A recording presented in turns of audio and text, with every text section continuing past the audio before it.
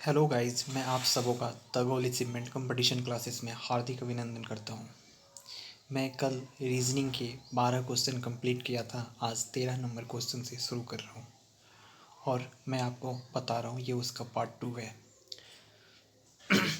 उस वेन रेखा चित्र का चयन करें जो निम्न दिए गए 3 वर्गों के बीच के संबंध को बेहतर रूप से दर्शाता है। ठीक है। विद्यालय, अध्यापक और छात्र। विद्यालय मतलब क्या होता है, एक बड़ा सा सर्किल होता है। इसका डायग्राम क्या होगा? विद्यालय में अध्यापक होते हैं और छात्र होते हैं, लेकिन छात्र और अध्यापक विद्यालय के अंदर होते हैं और ये छात्र और अध्यापक में कोई क्लियर रिलेशन नहीं होता है, बट ये दोनों विद्यालय के अंदर होते हैं, इसलिए डायग्राम नंबर फर्स्ट इसका करेक्ट आंसर होगा। बाकी और सब डायग्राम है ये बिल्कुल गलत है। चलिए आगे प्रश्न को देखते हैं और फिर हम आपको बताते हैं कि इसका सही आंसर क्या होगा। तो देखिए इस प्रश्न का सही आंसर क्या होगा, प्रश्न को पढ़िए और फिर जवाब देते हैं। ये है कि उस विकल्प आकृति का चयन करें जिसे प्रश्न की गई आकृति को रिक्त स्थान में रखने पे आकृति को पूर्ण हो जाएगी। मतलब जो ऊपर जो जगह खाली है वहाँ पे कौन सा चीज़ आएगा, कौन सी आकृति इस ऑप्शन में से आएगी। तो ध्यान दीजिए क्या है इस प्रश्न में, कौन सी आकृति आएगी। देखिए जो ऊपर कॉर्नर पे यहाँ पे जो आकृति है, ये वाली जो आकृति है वो देखिए कहीं रिपीट की है। देखिए उस सेम आकृति यहाँ पे रिपीट कर गया है। 2 नंबर ऑप्शन में सेम आकृति रिपीट कर गया है, जो कि ये ऑप्शन बिल्कुल नहीं हो सकता है। अब चलिए देखते हैं उसके बाद से जो 1 नंबर आकृति है, वो जो ये वाली आकृति है वो ये नीचे कॉर्नर वाली आकृति हूबहू रिपीट कर गई है, तो ये भी नहीं होगा। चलते हैं देखते हैं जो 3 नंबर आकृति है वो हूबहू, जो ये 3 नंबर आकृति है वो हूबहू ये कॉर्नर की आकृति रिपीट कर गई है, सो ये भी नहीं होगा। तो हमारा फाइनली आंसर कौन सा होगा? डी नंबर आकृति, जो फिगर में नहीं है, जो ऊपर वाले फिगर में नहीं है। तो ऊपर यहाँ पे कौन सी आकृति फिलअप होगा? तो ये वाली आकृति फिलअप होगा। इस आकृति को आप पूरा देख सकते हैं। चलिए आगे देखते हैं अगला प्रश्न क्या है। उस श्रृंखला का पहचान करें जो निम्नलिखित श्रृंखला से संबंधित नहीं है। पहचान करना है। 2 है, 9 है, 28 है, 64 है, 126, 217, 344 और 513। देखिए क्या हुआ है कि यहाँ पे जो 2 है ना, 1 का क्यूब प्लस 1 कितना होता है? 1 का क्यूब प्लस 1 2, तो यहाँ पे 2 का क्यूब कितना होता है? 8, 8 प्लस 1 9, फिर 3 का क्यूब 27 और 27 से कितना हो जाएगा? 28। लेकिन जो 64 है डायरेक्ट 4 का क्यूब है, इसमें 1 नहीं जोड़ा गया है, जो इससे डिफरेंट दिख रहा है। आगे चेक करते हैं 126 कैसे हुआ? 5 का क्यूब 125 में 1 जोड़े तो 126, और 217 कैसे हुआ?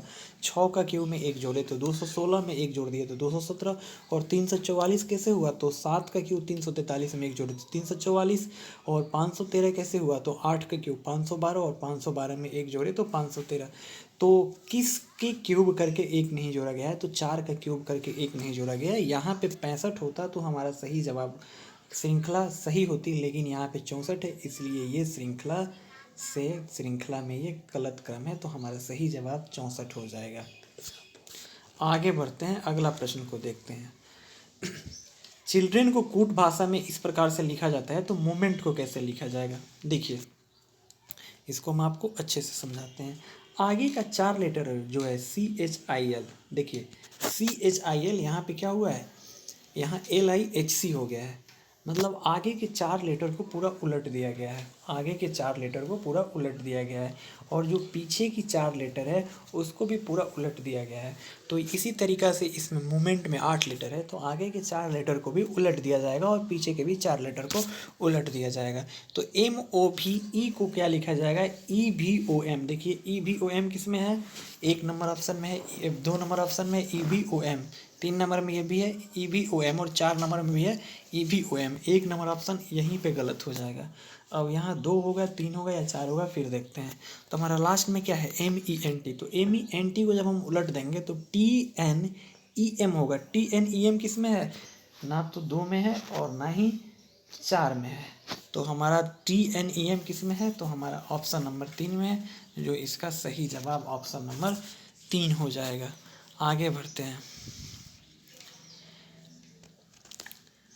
दिए गए कथन और निष्कर्षों को ध्यानपूर्वक पढ़ें और बताएं कि कौन सा निष्कर्ष तार्किक रूप से कथनों का अनुसरण करता है। पर कथन क्या दिया है, जापान में काम करने वाले सभी वैज्ञानिक प्रतिभाशाली हैं। आगे फिर क्या है, जापान में कुछ चीनी वैज्ञानिक काम कर रहे हैं। ठीक है, कहने का मतलब है, कथन कह रहा है कि जापान में भी जो काम करता है वैज्ञानिक वो प्रतिभाशाली है। जापान में काम करने वाले वैज्ञानिक प्रतिभाशाली है, लेकिन कुछ ऐसे चीनी विज्ञानी हैं जो जापान में मतलब जापान में कुछ चीनी वैज्ञानिक काम कर रहे हैं। बस ये दिया हुआ है। पहला क्या है, कोई भी चीनी वैज्ञानिक प्रतिभाशाली नहीं है, ऐसा कहना बिल्कुल गलत है। ऐसा कहना बिल्कुल गलत है, क्योंकि जापान की बात की गई है और जापान में चीनी वैज्ञानिक काम कर रहे हैं, और जापान में जो काम कर रहे हैं वो प्रतिभाशाली है। तो जापान में कुछ चीन के वैज्ञानिक भी काम कर रहे हैं जो कि प्रतिभाशाली है। ये पहला निष्कर्ष बिल्कुल गलत हो जाएगा। दूसरा पढ़ते हैं, कुछ प्रतिभाशाली चीनी वैज्ञानिक जापान में काम कर रहे हैं। कुछ प्रतिभाशाली चीनी वैज्ञानिक जापान में काम, अच्छा, जो व्यक्ति जापान में काम कर रहे हैं वो क्या है, प्रतिभाशाली है। और कुछ जो चीनी वैज्ञानिक है जापान में काम कर रहे हैं, यानी कुछ प्रतिभाशाली चीनी वैज्ञानिक है जो जापान में काम कर रहे हैं। 2 नंबर ऑप्शन बिल्कुल सही है। तीसरा देखते हैं, सभी प्रतिभाशाली वैज्ञानिक जापानी हैं। ये कहना बिल्कुल गलत है। सभी प्रतिभाशाली वैज्ञानिक जापानी हैं, ये बिल्कुल गलत है। प्रश्न में दिया है कि कुछ चीनी वैज्ञानिक भी जापान में काम कर रहे हैं, यानी कुछ चीनी वैज्ञानिक भी प्रतिभाशाली होंगे, और ये कंफर्म नहीं है कि जापान में जो काम कर रहा है वैज्ञानिक वो जापानी ही है। समझ रहे हैं ना, तो यहाँ पे ये गलत हो जाएगा। और चौथा हमारा क्या होगा, कुछ चीनी वैज्ञानिक प्रतिभाशाली है, जो 4 नंबर में दिया है, कुछ चीनी वैज्ञानिक प्रतिभाशाली है, ये बिल्कुल सही है, क्योंकि चीन के वैज्ञानिक जापान में काम कर रहे हैं और जापान में जो काम कर रहे हैं वो प्रतिभाशाली है, तो कुछ चीनी वैज्ञानिक प्रतिभाशाली है। यानी हमारा 2 नंबर निष्कर्ष और 4 नंबर निष्कर्ष सही है। तो ये किस में दिया है, 1 नंबर ऑप्शन में दिया है, केवल निष्कर्ष 2 और 4 अनुसरण करते हैं, जो हमारा सही जवाब होगा। बात को समझ गए होंगे। अगर बात समझ में ना आए तो आप हमें रिपीट कर सकते हैं, कमेंट कर सकते हैं, क्वेश्चन नंबर लेके मैं आपको जवाब दूंगा। चलिए अगले क्वेश्चन की तरफ चलते हैं। ये सीरीज को पूरा करना है, अगला सीरीज को पूरा करना है, बताना है 1 के बाद 3, 3 के बाद 5, 11, 21, 43, 85 और 171 के बाद क्या आएगा। देखिए यहाँ पे क्या किया है, 1 को 2 गुना किया गया है, 1 को 2 से गुना किया है और उसमें 1 जोड़ दिया है। तो 1 गुना 2 क्या होगा, 2, और 2 में 1 जोड़ देंगे तो 3 हो जाएगा। अब फिर यहाँ पे क्या है, 3 दूना 6 और फिर 1 घटा दिया है। फिर क्या किया है, 5 दूना 10 और 1 जोड़ दिया है। फिर आगे क्या किया है, 11 दूना 22, 1 घटा दिया है। फिर 21 दूना 42, 1 जोड़ दिया है, 43।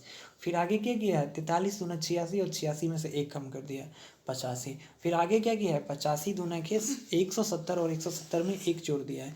यानी क्रम क्या चल रहा है, गुना 2 + 1। अगला फिर क्या है, गुना 2 - 1, गुना 2 + 1, गुना 2 - 1, गुना 2 + 1, गुना 2 - 1। तो यहाँ पे क्या हुआ है, गुना 2 + 1 85 गुना के 2 170 और 1 जोड़ दिए। तो अगला टर्म क्या आएगा, गुना 2 - 1। तो 171 में अगर हम 2 से गुना करेंगे तो हमारा 342 हो जाएगा, और 342 में से 1 घटा देंगे, 342 में से 1 घटा देंगे तो हमारा सही जवाब 341 हो जाएगा, जो कि हमारे 4 नंबर विकल्प में 141 दिया, 341 दिया है, जो कि हमारा सही जवाब है। चलिए आगे बढ़ते हैं। विकल्पों में दिए गए 4 परिवर्तनों में कौन सा निम्नलिखित समीकरण को सही करेगा। 19 नंबर प्रश्न को ध्यान से पढ़िए। 30 गुना 3 माइनस 3 और भाग 3। देखिए यहाँ पे 4 है। इस प्रकार के प्रश्न को बनाने के लिए सबसे पहले ऑप्शंस को देखा जाता है। तो ऑप्शन देख रहे हैं तो यहाँ पे गुना है, फिर माइनस है और फिर बराबर है। तो यहाँ पे दिया है कि गुना को भाग में बदला जाए और माइनस को प्लस में बदला जाए, पहला ऑप्शन। देखते हैं क्या ये सही है। अगर गुना को हम भाग में यहाँ पे बदल देते हैं, गुना अगर भाग में बदल देते हैं तो 30 भागा 3 कितना हो जाएगा, 10 हो जाएगा। ठीक है, और माइनस को किस में बदलना था, माइनस को प्लस में बदलना था। तो देखिए ये कितना हुआ, 30 भागा 3 कितना हुआ, 10, और 10 + 3 कितना हो जाएगा, 13, और बराबर 13। यानी हमारा पहला ही जो हमारा ऑप्शन दिया है वो बिल्कुल सही है। तो हमारा 1 नंबर सही जवाब हो जाएगा। आगे बढ़ते हैं। इसमें बताना है कि उस विकल्प चित्र का चयन करें जिसमें प्रश्न छिपा हुआ है। देखिए ये जो प्रश्न छिपा हुआ है उसको समझिए सही से, ये कैसे होगा। देखिए ये देखिए ये शेप है, एक ट्रेंगल बना है और एक राइट एंगल ट्रेंगल है और उसके एक कॉर्नर पे फिर से एक राइट एंगल ट्रेंगल है। तो देखिए हम जैसे जैसे ड्रॉ करते हैं 1 नंबर फिगर में, ये देखिए एक राइट एंगल ट्रेंगल और फिर उस पर एक राइट एंगल ट्रेंगल। गौर से समझिएगा, ये फिगर देखिए पूरा के पूरा, ये फिगर पूरा के पूरा इसमें ओवरलैप हुआ है, समझने का प्रयास कीजिएगा। ये फिगर पूरा के पूरा ऐसे, ये फिगर पूरा के पूरा 1 नंबर फिगर में ये और फिर ये यहाँ पे इंटरसेक्ट किया है। तो 1 नंबर शेप में ये पूरी की पूरी नीच है, इसलिए हमारा जवाब क्या हो जाएगा, 1 नंबर ऑप्शन हो जाएगा। आगे बढ़ते हैं, अगला प्रश्न देखते हैं। निम्नलिखित में से असंगत को पहचानिए। जो असंगत है उसको पहचानना है, बड़ा ऊपर आगे नीचे। देखिए अब ऊपर कोई चीज़ ऊपर है, आगे है, नीचे है, ये क्रम बताता है कि कोई किसी वस्तु को ऊपर रखे हैं, नीचे रखे हैं, आगे रखे हैं, पीछे रखे हैं। लेकिन वस्तु का ये क्या है, क्रम है, किसी चीज़ को ऊपर रखना, नीचे रखना, आगे रखना, पीछे रखना।